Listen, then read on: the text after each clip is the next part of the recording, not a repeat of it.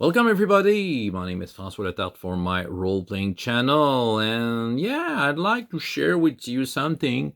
Uh, I'd like to talk to you about my default RPG setting to run fantasy, because I do have one, but that is something in my role-playing years that hasn't always been like that. It's quite recent, to tell the truth. Yeah, I used some setting in the past, but not firmly. And to tell the truth, I'm not a fan of Forgotten Realms, Dragonlance, Golarion. These are too mainstreams. I have the punk rock attitude to have alternate settings to play with. And now, since a couple of years, I do have one that, well, mostly came by accident or by itself.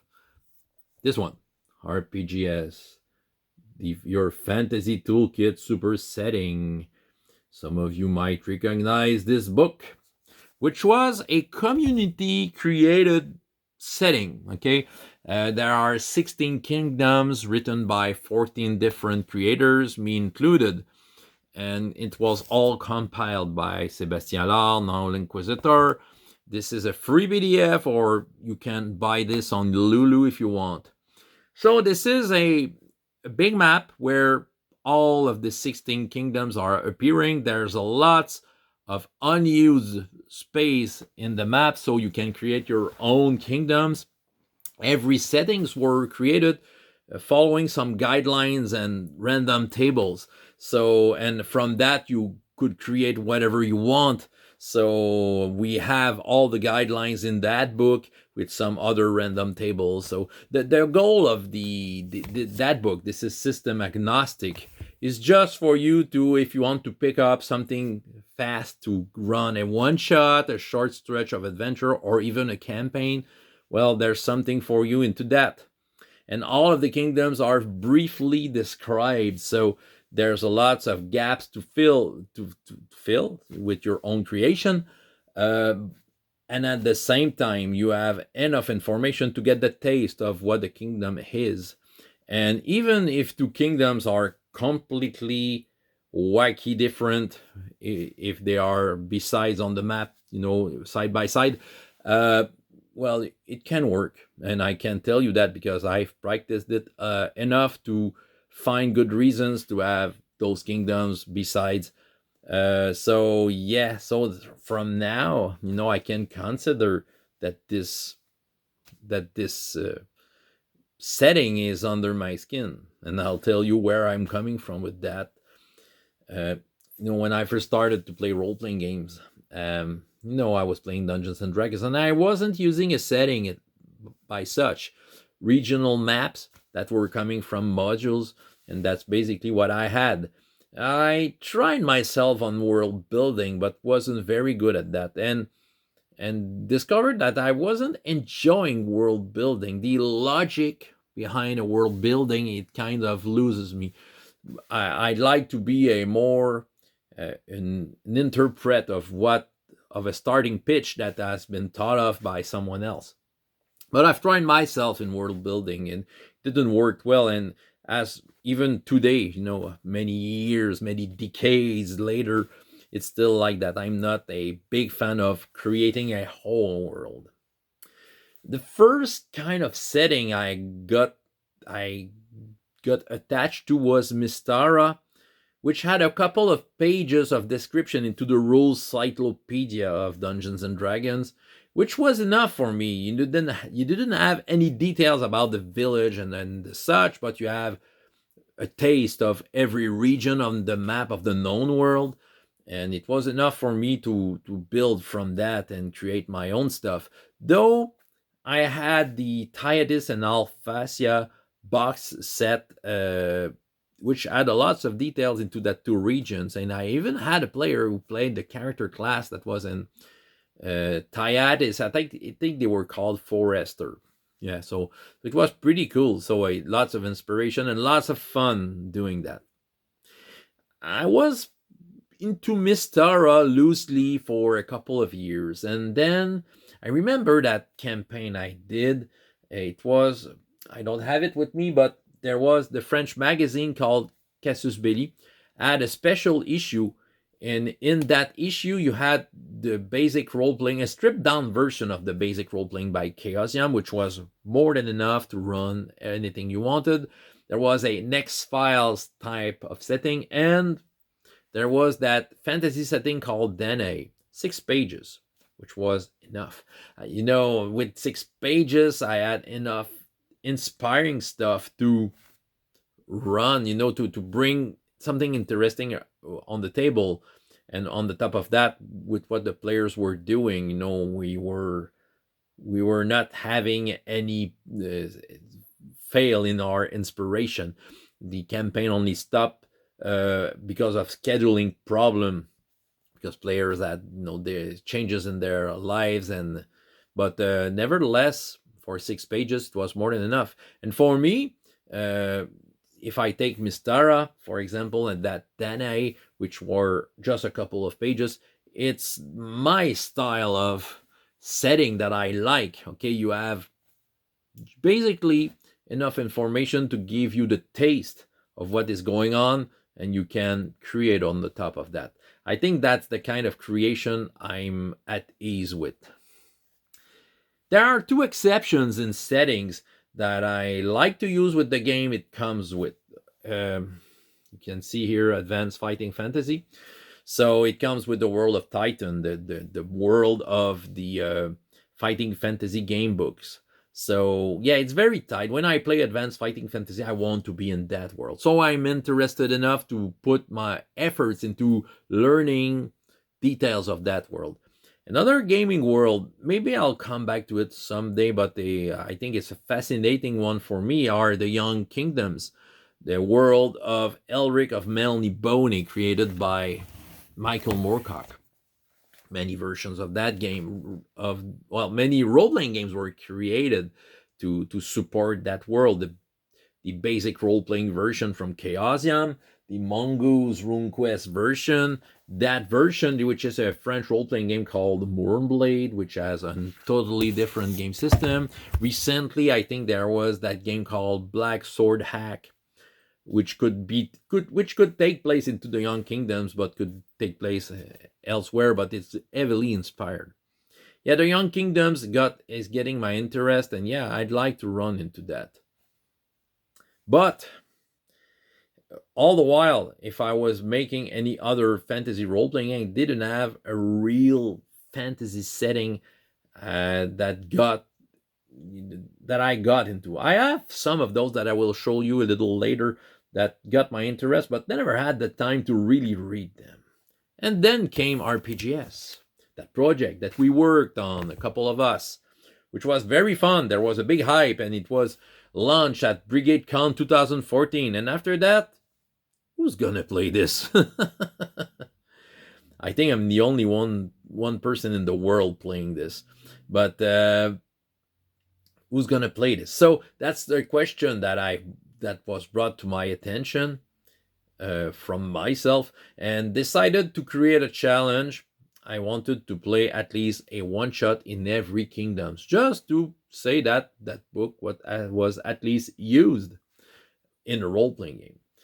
I decided to go with different game systems on every one-shots, and halfway through the project, I realized that I couldn't keep up a decent rhythm into getting those games running and having people to play them and all of that. Was doing that in French and in English at the same time, and decided to change my strategy and decided to create a campaign which will feature the remaining kingdoms I haven't been able to play yet. We were using True 20, and it was in French. It's on my channel, and we did that in 70 sessions. It was a blast. It was one of those campaigns I will remember for all my life because it was very intense. And when we finished, I said, yes, at last, I got my challenge. I succeeded in my challenge, and put that into the shelves and asked myself, what's next?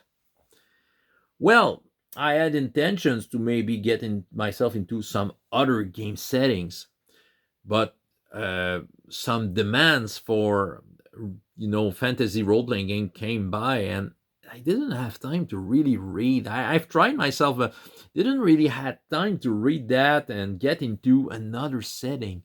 So by default, I was getting back to this. And every game, I had a lot of fantasy since then. And every time I just go back to RPGs, that game got under my skin, and it's kind of natural for me to go there. So yeah, it became my default setting. It's not a bad thing, I'm quite happy to have that. Like the way when I was saying that I like to have the alternate punk rock. That is quite punk rock. Okay. Um, what is good about having this setting under my skin is that all the myths, all the thing that happen is in my head. I witnessed many things while playing that. And when I expose something from the setting when needed to a group of players, when I tell them a tale of something that happened, it's not necessarily what sometimes it's something that is written in there, but most of the time they are in places that were visited by some of my one shots or other games. And when I tell them, it feels real because I was there. I was there when it happened. So I think it's interesting to kind of verbalize stuff that you really got into. The other thing is that that game has a lots of blank spot to fill, and and I filled them with stuff that I've played, that I've practiced, that I've created. The basic in there is just enough for me, and I just, I feel that my creativity is well served in there. The other thing is, and it goes well. It can be the same for any game setting, but the way I see it is that what is written in there, it's kind of, let's say this is a picture, a photograph with a still image on it, and that image starts to move when you interact with it. So when they were entering a kingdom, for example, I had the photo of what is going on now, and then the photo comes alive and things begins to change.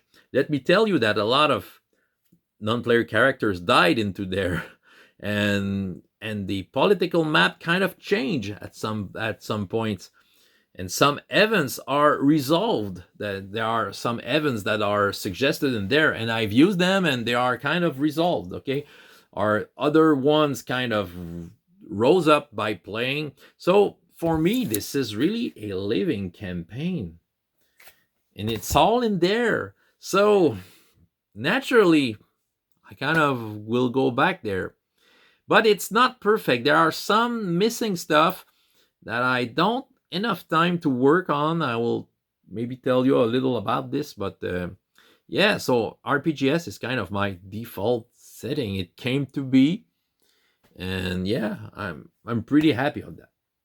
I will show you some other punk rock settings that I have interest. I have, maybe I'd like to run them, but don't have enough time to get into them.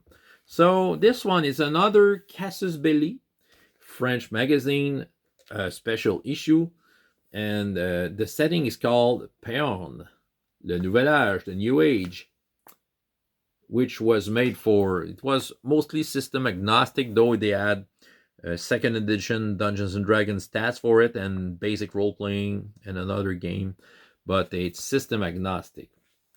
What is cool about this game is that it's very rich. It was written by top authors of the French role playing scene of that era. It was in the 90s, and lots of good stuff. I began to read it. It's very rich, maybe just a little too rich to see where I could fill my own gap here, but this is very rich. And what is cool about this one is that someone sent me many JPEGs of the map of that world, because I don't have the map, but I have a good quality JPEG that I could print out and make a good quality map to show to the players, because the world map.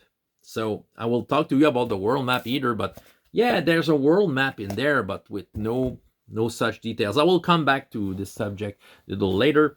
Another punk rock setting, alternate setting, is that one. Rime. Created for Dungeons and Dragons 5th edition, though it could be used for anything.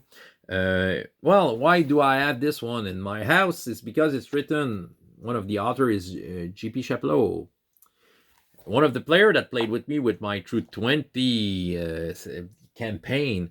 So he's a good friend of mine, and he has a publishing company. I will show it to you. First One Entertainments, which writes stuff for Dungeons and Dragons 5th edition. So he's a third-party publisher, and Rime is his love letter. It's a love letter to Greyhawk, which pleases me a lot because it's kind of having Greyhawk, but just a couple of pages. It's well written. I haven't read it all. I've used it a little bit into a short campaign, and you have everything you need. It's a pretty cool setting. By the way, First One Entertainment has lots of cool settings. If you are interested, you can find this on Drive-Thru RPG, but it has a setting set into a fantasy-inspired Egypt, ancient Egypt. He has Greek mythology setting called Olympia, and he's about to publish something inspired by fantasy medieval Japan. It's another world, but it's all inspired by that. So yeah, he works a lot with lots of passion, and this is one of the product that he had, and I'd like to get that. The advantage of that is because he's my friend, so I have a direct access to the guy if I have questions. If I want a good JPEG of the map, for example. The other one, well, Scorched Lands, Les Terres Balafrées. Maybe some of you use that.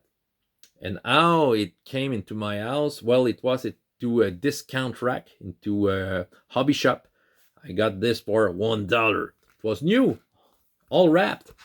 The good thing about this one is the map. There's a big map of the setting, which was a high setting point. It was very sexy to me to buy because of the big map to show to the players. It helps get into your immersion. But the games I'm currently running since 2 years, we don't go around the world that much, okay? We kind of stay in one region, so there's no big need for a map. But I like the thing that I like to think that there's a cool map into that. So it might be another world I'd be interested in. But even though, if I want to be lazy, I'll go back to this. So two main things that is missing from that book that need some sort of that I could work out, but find some solutions. I found some solutions to resolve the thing. There's no real pantheons in that. There are some gods who are named. I tried to make my own pantheon with the campaign I ran with True 20, but it was a little weak. Okay, I didn't know how to really, I kind of threw out some name and what they were doing, but I kind of improvised what they were doing. With my high school tables that I'm running, they needed to have clear pantheon. Who was their god? They were interested in that. So what pantheon did they choose? Well, there's one in that Chronique Oubliée fantasy game, French fantasy game, because they have their own world that I'm not interested in using, though it looks cool. This is called Les Terres d'Osgilde, Osgilde's land, with their own pantheon. But yeah, the gods have, cool sounding names, and it's clear what they're doing. And if somehow I need to play Dungeons and Dragons 5th edition, but it's easy to check out what the god is doing and see what is the equivalent in Dungeons and Dragons 5th edition, because I'm not interested into running with Forgotten Realms, gods. I'm not interested in that. So yeah, so why not take the gods from Chronique Oubliée and put that in there? No one will notice. So I think this is the solution that I had, the Chroniques Oubliées gods. As for the map, There's no big map like the one I just shown you. Yeah, there's a map, but there's no real details into that. I wish I had a map for more details, but I had to create it. I have to make my own details on it. Though I found a solution, I've bought a collection of region maps. One of my favorite role playing game authors is a French creator called Grumpf or Grumpf, depends on who says this. He runs under that pseudonym and he creates lots of stuff, role playing games, and he draws a lot. He's a good drawer. He has his own style and he has made region maps, which looks pretty cool. Okay, region maps with mountains, forests, there's a city, there's a temple, like there might be monsters there. Okay, but these region maps are just region maps with no details, only the names of the places. So you can create whatever you want. But those maps looks cool, the names are inspiring, you come quite rapidly with good ideas on what you want on that map. So I've made the experiment. Two of my groups I am running, I just put one of those maps on the table. That's where you are, clack. Okay, so there were already speculations. Oh, we could go to that temple, the temple of the blood. Okay, there's kind of names like that, and they already had speculations on what was there, so it was easy for me to just incorporate that and be enthusiastic about this. So there are many empty hexes into the RPGS map. So yeah, I just say that in this hexagon, that's the region map that is in there. So that's the region that is what is going on into that place. So for me, it's easy to incorporate and to use. So because I'm more in need to region maps than a whole world map. Okay? So yeah, that's pretty much a thing. Okay, it's kind of my own brewed thing. It became my own setting with playing it. I've made it my own. So yeah, I can say that where does my feet are firmly placed? It's into RPGS. Even RPGS, I find a way to with playing. I decided that RPGS is the name of the world, but it's too obvious that it's become a meta name. So in French, it's RPGS, and I kind of made syllabs of RPGS. They made a word that is RPGS and decided that it was an elven word saying our world. Yeah, I decided to incorporate that. Why not? I do whatever I want. I'm the only one in the universe playing to that. That is punk rock. That is a setting that only me and my players will share. That is all I had to say. So that was a big ramble, but I didn't want to do that for you. So that is enough. If you want to leave any comments, feel free to do so. François Letarte for my role-playing channel, and up to next time, I hope you have as much fun in your life as in your games. Goodbye.